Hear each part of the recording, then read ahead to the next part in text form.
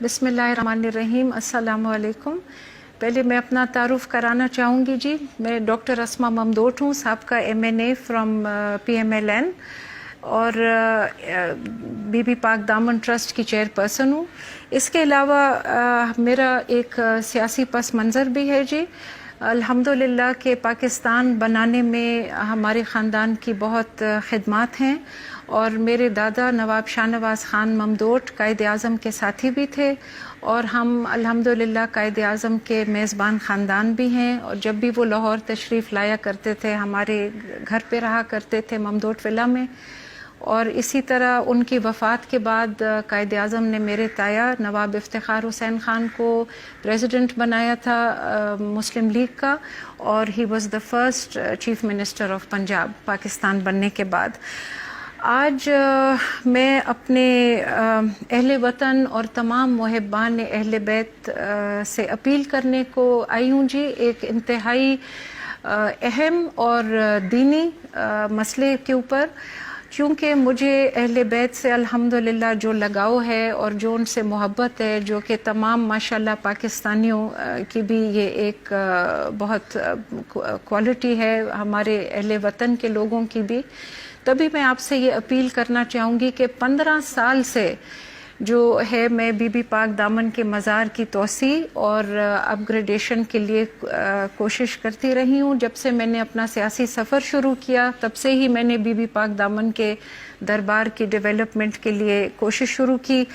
और मैं ये समझती हूँ कि जो अहले बैत की इन शहज़ादियों ने हमें लाहौर के शहर को और इस सरज़मीन को यहाँ उनकी तशरीफ़ आवरी से जो एक इज़्ज़त और शर्फ़ मिला है, हम लोग बहुत ही शर्मिंदा हैं कि हम उनकी वो वैसी मेहमान नवाजी ना कर सके जो कि उनके शायान शान था। और मैं समझती हूँ कि ये एक बहुत बड़ा जहाद है कि जैसे शुरू से रसूल अल्लाह सल्लल्लाहु अलैहि वसल्लम और अहले बैत का हक़ छीना गया है, आज तक वही यजीदी दौर के तौर तरीके जो है वो आपको नज़र आते हैं। और बीबी पाक दामन का जो दरबार है वो इस जुल्म और बर्बरियत का अभी भी एक नमूना बन चुका है जी। मैं इस चीज़ में गुजारिश करना चाहूँगी कि अल्हम्दुलिल्लाह 2010 में जब मैं पंजाब असेंबली की मेंबर बनी थी तो ये हमने एक यूनानिमस रेजोल्यूशन पास करवाया था जी।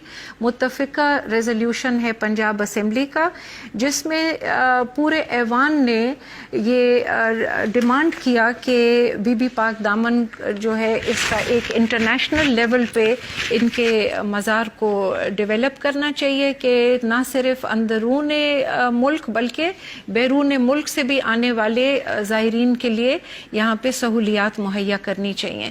तो इस रेजोल्यूशन के मुताबिक हमने फिर अल्हम्दुलिल्लाह जी प्राइम मिनिस्टर ऑफ पाकिस्तान से, पंजाब गवर्नमेंट से और औकाफ के महकमे से एक मेगा प्रोजेक्ट अप्रूव कराया था जो 135 कनाल्स पे मुश्तमिल था।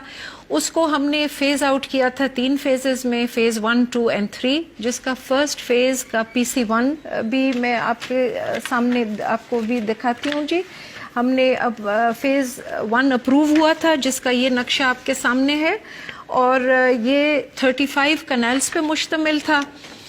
इसको ना सिर्फ औकाफ के महकमे ने अप्रूव किया बल्कि पंजाब गवर्नमेंट ने, फेडरल गवर्नमेंट ने और PND ने, फाइनेंस डिपार्टमेंट ने। और अल्हम्दुलिल्लाह मैंने प्राइम मिनिस्टर ऑफ पाकिस्तान उस वक्त जो यूसुफ रज़ा गिलानी साहब थे उनसे मैंने 27 करोड़ का ग्रांट भी पर्सनली रिक्वेस्ट करके मंजूर करवाया था, जो कि वो रकम पंजाब गवर्नमेंट को ट्रांसफ़र हो चुकी थी और पंजाब गवर्नमेंट फाइनेंस डिपार्टमेंट से इट हैड वो महकमे औकाफ को ट्रांसफ़र कर दी गई थी। आज तक हमें नहीं पता कि इस करप्ट महकमे औकाफ ने वो फंड्स के साथ क्या किया। हमारी जिद्दोजहद अभी तक जारी है। पहले तो मैं गवर्नमेंट के लेवल पे करती रही, लेकिन आज मैं अपना मुकदमा जो है मुहर्रम के इन अयाम में, जबकि रसूल अल्लाह के घराने पे मुसलमानों ने انتہا کا ظلم کیا تھا. اسی محرم کے مہینے میں میں اپنے تمام اہل وطن اور تمام محبان اہل بیت سے اپیل کرنا چاہوں گی کہ خدا را میرے ساتھ وہ اپنی آواز بلند کریں. اور میں اپیل کرنا چاہوں گی صدر پاکستان کو اور وزیر اعظم کو, چیف منسٹر کو اور وزیر اوقاف کو, کہ جنہوں نے خود خط میں جو ہے وہ اپنے ڈپارٹمنٹ کے کرپٹ لوگوں کو جو ہے ان کی نشاندہی کی ہے کہ وہ خدا را اپنا رسول اللہ صلی اللہ علیہ وآلہ وسلم کی نواسی ہماری شہزادی حضرت رقیہ بنت علی علیہ السلام کے مزار کی طرف متوجہ ہوں. سب کی میں توجہ مرکوز کرانا چاہوں گی کیونکہ اس وقت بی بی پاک دامن کا مزار توڑ پھوڑ کا شکار ہے اور کوئی پرسان عالم نہیں ہے. اس کرپٹ محکمہ اوقاف نے یہ 2.5 کنال کا ایک ہندوانہ مندر کے نقشے کا مزار کا نقشہ انہوں نے اپروو کرایا ہے بی بی پاک دامن کے لیے, جو کہ تمام محبان اہل بیت کو یہ نامنظور ہے. یہ کہیں سے بھی اسلامی طرز کا ڈیزائن نہیں ہے, ہم اس کو ریجیکٹ کرتے ہیں. اور میری تمام اہل وطن سے اور اپنے عوام سے اپیل ہے کہ وہ میرے ساتھ ہم آواز ہو کے اس کو ریجیکٹ کریں. اور جو کہ گورنمنٹ آف پاکستان نے ایک اسلامی طرز کا بنا ہوا بہترین خوبصورت نقشہ جو پہلے سے اپروو کیا ہوا ہے, جو ان کے شایان شان ہے, وہ اس کی امپلیمنٹیشن پہ میرے ساتھ آواز بلند کر کے اور حکومت سے ہم التجا کرتے ہیں کہ اس کی امپلیمنٹیشن کرائی جائے اور اس نقشے کو ریجیکٹ کیا جائے اور ہمیں اس کرپٹ مافیا اور اوقاف کے اس کرپٹ محکمے سے نجات دلائی جائے اور بی بی پاک دامن کے مزار کے لیے ایک اسٹیئرنگ کمیٹی تشکیل کی جائے, ایک اوورسینگ کمیٹی تشکیل کی جائے. اور خدا را میری اپیل ہے پرائم منسٹر آف پاکستان سے کہ اس کرپٹ ڈپارٹمنٹ کے حوالے اس ہستی کے مزار کو نہ کیا جائے. یہ رسول اللہ صلی اللہ علیہ وآلہ وسلم کی نواسی ہیں اور ان کا تقدس اور ان کا شایان شان مزار بنانا جو ہے وہ ہمارا فرض بنتا ہے. اپنے دور اقتدار میں نے چیف منسٹر پنجاب سے پرسنلی ریکویسٹ کر کے یہاں کے جو کرپٹ ترین آدمی ہیں ڈی جی اوقاف طاہر رضا بخاری, ان کو میں نے ڈپارٹمنٹ سے ٹرانسفر کروا دیا تھا. 2 سال کے جب کہ یہ محکمے میں نہیں تھے اس دور میں بی بی پاک دامن دربار کے خاصی پیش رفت ہوئی تھی ہمارے اس پروجیکٹ کی, لیکن یہ پھر اپنی سفارشیں کرا کے پھر دوبارہ واپس آ گئے اور پھر انتقامی طور پہ انہوں نے دوبارہ ہمارے خلاف محاذ تیار کر لیا.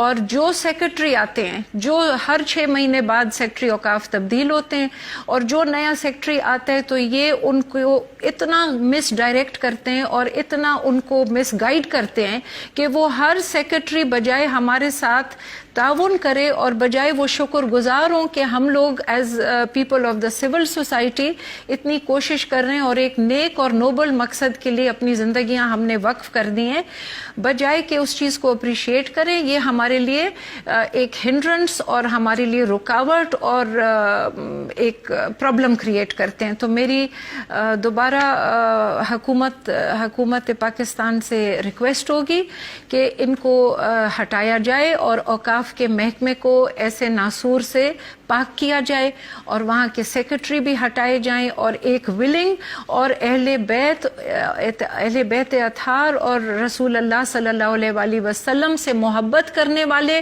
اور مزارات مقدسہ کا احترام اور تقدس قائم کرنے والے وہاں پہ سیکرٹری تعینات کیے جائیں. شکریہ.